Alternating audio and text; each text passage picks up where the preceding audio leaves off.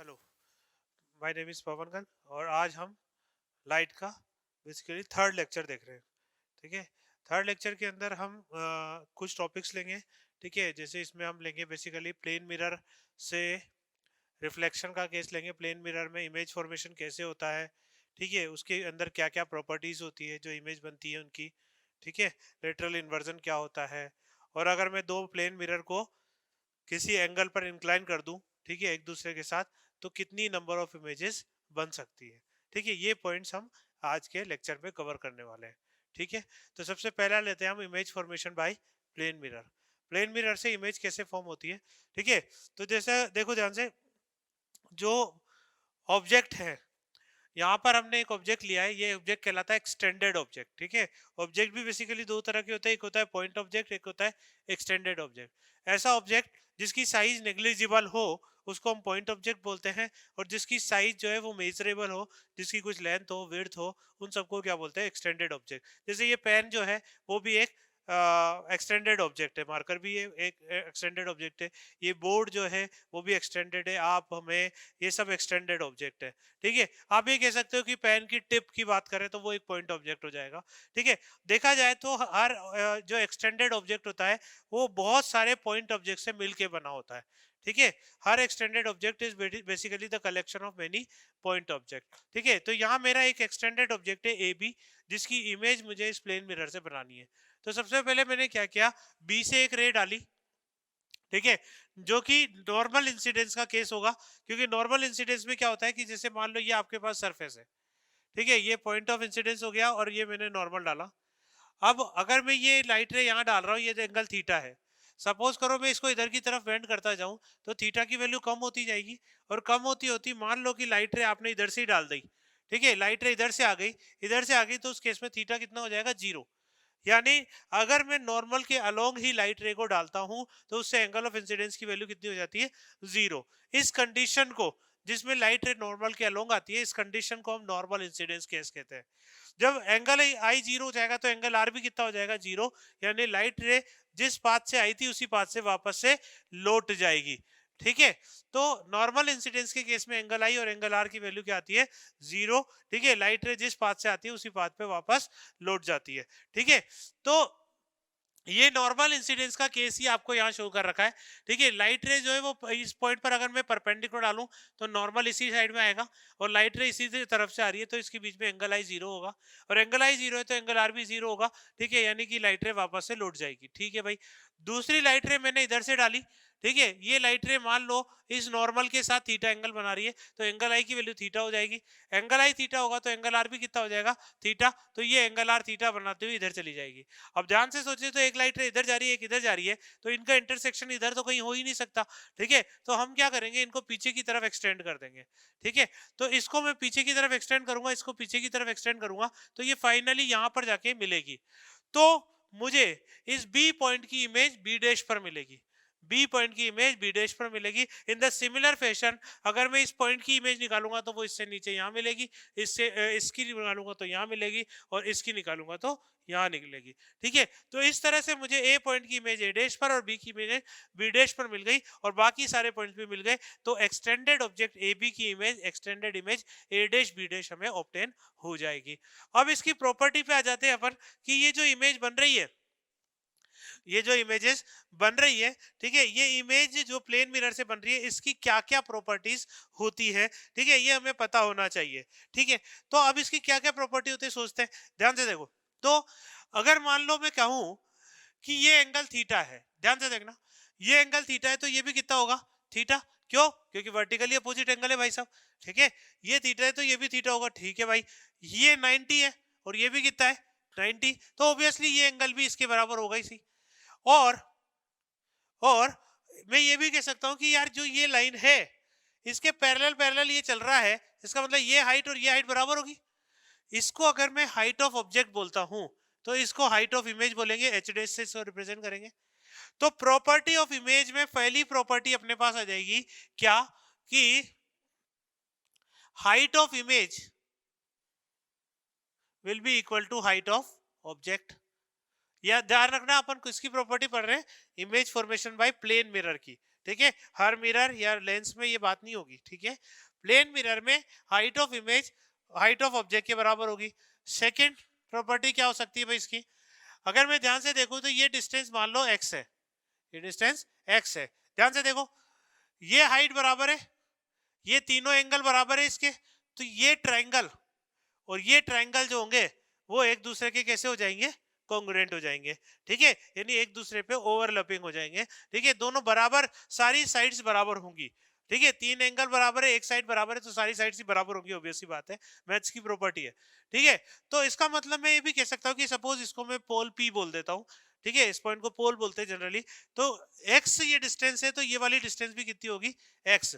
इसका मतलब मैं कह सकता हूं कि ऑब्जेक्ट की मिरर से डिस्टेंस, इसको एक्चुअल में हम जनरली यू से बताते हैं, ठीक है, इमेज डिस्टेंस, इस x की वैल्यू किसके बराबर होगी, u के बराबर होगी, ठीक है, u एक सिंबल है जो ऑब्जेक्ट डिस्टेंस के लिए यूज किया जाता है। अच्छा, ऑब्जेक्ट डिस्टेंस क्या होती है, ऑब्जेक्ट से मिरर की जो डिस्टेंस होती है उसे ऑब्जेक्ट डिस्टेंस कहते हैं, this is perpendicular distance actually.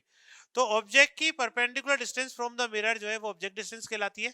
इसी तरह से इमेज की perpendicular distance from the mirror ये कहलाती है इमेज डिस्टेंस, इसको हम v से डिनोट करते हैं। तो हम कह सकते हैं कि ऑब्जेक्ट डिस्टेंस का मैग्नीट्यूड इमेज डिस्टेंस के मैग्नीट्यूड के बराबर होगा, ठीक है, ऑब्जेक्ट डिस्टेंस का मैग्नीट्यूड इमेज डिस्टेंस के मैग्नीट्यूड के हमेशा बराबर होगा। ये सेकंड प्रॉपर्टी हो गई आपकी, यानी perpendicular distance of the object from the mirror is always equal to perpendicular distance from the image to the mirror, ठीक है, ये दोनों हमेशा बराबर होंगी, ठीक है, ये प्रॉपर्टी आ गई भाई, ठीक है। तीसरी प्रॉपर्टी पर आते हैं, तीसरी प्रॉपर्टी आती है इसकी लेटरल इन्वर्जन।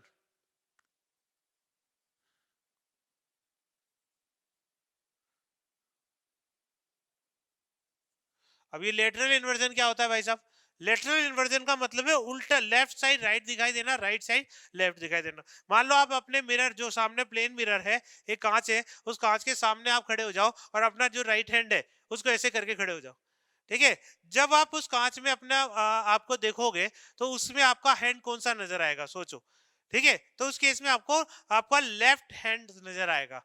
या आप एक पेपर पे पी बना लो, ठीक है, आपने पेपर पे मान लो पी बना लिया और ये प्लेन मिरर है, तो जब इसके अंदर आप देखोगे, ठीक है, कांच के अंदर, तो वो पी आपको उल्टा नजर आएगा ऐसे, ठीक है। तो एक्चुअली जब कांच के अंदर आप देखते हो, प्लेन मिरर के अंदर जब आप देखते हो, तो जो ऑब्जेक्ट है वो उल्टे साइड पे लिखे हुए नजर आते हैं। इस प्रॉपर्टी को हम बोलते हैं लेटरल इन्वर्जन। क्या बोलते हैं, लेटरल इन्वर्जन। इसीलिए आपने देखा होगा जो एम्बुलेंस होती है, एम्बुलेंस का जो ऊपर ही ऊपर की स्क्रीन देखोगे, फ्रंट जो उसका पहली फ्रंट स्क्रीन होती है उसके ऊपर एम्बुलेंस लिखा होता है, वो उल्टा दिखाया होता है। क्यों उल्टा लिखा होता है, वो सीधा क्यों नहीं लिख देते, ठीक है, इसलिए नहीं लिखते क्योंकि जब आप उसके आगे जितनी भी गाड़ियां जा रही है, ठीक है, उन गाड़ी के रियर व्यू मिरर में, जो साइड में मिरर लगा होता है ना, रियर व्यू मिरर बोलते हैं उसको, उस रियर व्यू मिरर में जब ड्राइवर देखेगा कि पीछे एम्बुलेंस आ रही है, ठीक है, तो वो पड़ेगा उस पर, तो अगर उसमें उल्टा लिखा होगा तो उसके मिरर के अंदर वो सीधा पढ़ाई में आएगा, तो वो फटाफट से पढ़ लेगा कि यार ये एम्बुलेंस आ रही है और मैं साइड दे दूं उसको, अगर समझदार है तो, ठीक है। तो वो फटाफट से पढ़ सके, इसके लिए एम्बुलेंस उल्टा लिखा जाता है ताकि रियर व्यू मिरर में उसकी सीधी इमेज बने और ड्राइवर फटाफट से उसे पढ़ सके, ठीक है। तो this is known as lateral inversion, ठीक है। तो लेफ्ट साइड का राइट साइड दिखाई देना, दैट इज लेटरल इन्वर्जन, ठीक है। इसके अलावा और कौन सी प्रॉपर्टी होती है, बताओ, ये इमेज कौन सी अपन ने पढ़ा था यार, रियल इमेज वर्चुअल इमेज के बराबर। बताओ, ये जो लाइट रे जा रही है और ये जो लाइट रे जा रही है, इन दोनों का एक्चुअल इंटरसेक्शन हो रहा है या आपने एक्सटेंड करके इन्हें मिलाया है, एक्सटेंड करके मिलाया। जब आपने इन्हें एक्सटेंड करके मिलाया है तो ये जो इमेज है वो कैसी बनेगी, वर्चुअल इमेज। कैसी बनेगी, वर्चुअल इमेज, ठीक है। तो इसकी नेक्स्ट प्रॉपर्टी है कि प्लेन मिरर यूजुअली कौन सी इमेज बनाता है, वर्चुअल इमेज, ठीक है, यूजुअली वो कौन सी इमेज बनाता है, वर्चुअल इमेज बनाता है, ठीक है।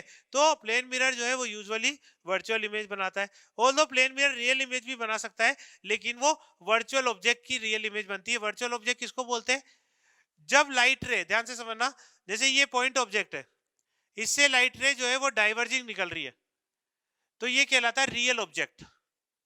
और रियल ऑब्जेक्ट के सामने जब आप प्लेन मिरर को रखोगे तो वो रिफ्लेक्शन के बाद उसे एक पॉइंट पर मीट करा देगा, तो उसकी इमेज बनेगी virtual image, sorry real image plane mirror पर जाएगा, ठीक है, तो ये इधर की तरफ डाइवर्ज हो जाएगी, ये इधर की तरफ डाइवर्ज हो जाएगी, ठीक है, तो इनका इंटरसेक्शन यहाँ कहीं पर होगा, तो इससे मिलेगी वर्चुअल इमेज।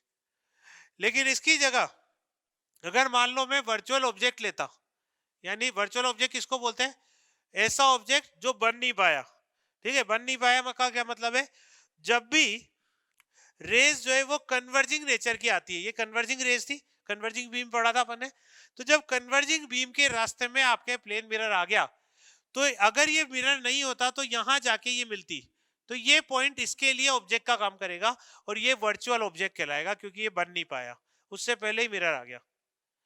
अब ये इसको रिफ्लेक्ट करके यहां पर मिला देगी, तो इस केस में एक्चुअल इंटरसेक्शन हो रहा है, इसलिए ये इमेज कैसी कहलाएगी, रियल इमेज। तो ध्यान देना, प्लेन मिरर जो है वो रियल ऑब्जेक्ट की वर्चुअल इमेज बनाता है और वर्चुअल ऑब्जेक्ट की रियल इमेज बनाता है। यूजुअली वर्चुअल ऑब्जेक्ट हम 10th क्लास तक नहीं पढ़ते हैं, ठीक है, 12th में भी बहुत थोड़ा सा आता है, कभी कभी बाई चांस आ जाता है, ठीक है, तो हमें पता होना चाहिए। तो प्लेन मिरर रियल ऑब्जेक्ट की वर्चुअल इमेज बनाता है और वर्चुअल ऑब्जेक्ट की क्या बनाता है, रियल इमेज बनाता है, ठीक है। तो यूजुअली अगर आपसे पूछा जाए कि बताओ प्लेन मिरर की जो इमेज बनती है उसकी नेचर कैसी है, तो हम बोलेंगे वर्चुअल इमेज। कैसी होती है, वर्चुअल इमेज, ठीक है। तो ये अपने पास बात समझ में आ गई, ठीक है।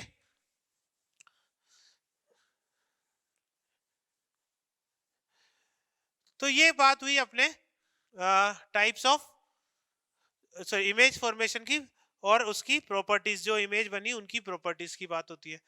उसके बाद नेक्स्ट पॉइंट आपके आता है number of images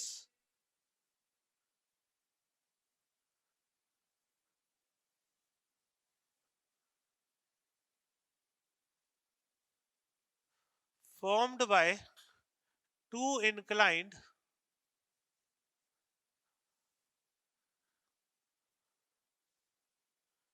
plane mirrors।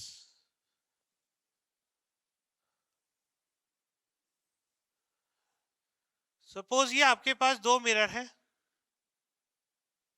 जो एक दूसरे से किसी थीटा एंगल पर इंक्लाइंड है, ठीक है। अब इसके बीच में आपने कोई ऑब्जेक्ट रखा, पॉइंट ऑब्जेक्ट, और इस पॉइंट ऑब्जेक्ट की इमेज बनानी है, ठीक है। तो अब न्यूमेरिकल्स में आपसे पूछा जाता है कि भाई दो मिरर है, वो 30 डिग्री पे रखे हैं, उसके बीच में कोई ऑब्जेक्ट रखा हुआ है, तो बताओ उसकी कितनी इमेजेस बनेगी, ठीक है। तो उसकी कितनी इमेज बनेगी, इसके लिए अपन एक डायरेक्ट फॉर्मूला याद करते हैं, ठीक है। उस फॉर्मूला से हम निकाल सकते हैं कि उसकी कितनी इमेज बनेगी, ठीक है। तो हम क्या करेंगे उसके लिए, समझो ध्यान से, सबसे पहले हम निकालेंगे 360 बाई थीटा। थीटा क्या है, दोनों मिरर के बीच का एंगल, उसको हम एन से बराबर कर देंगे, ठीक है।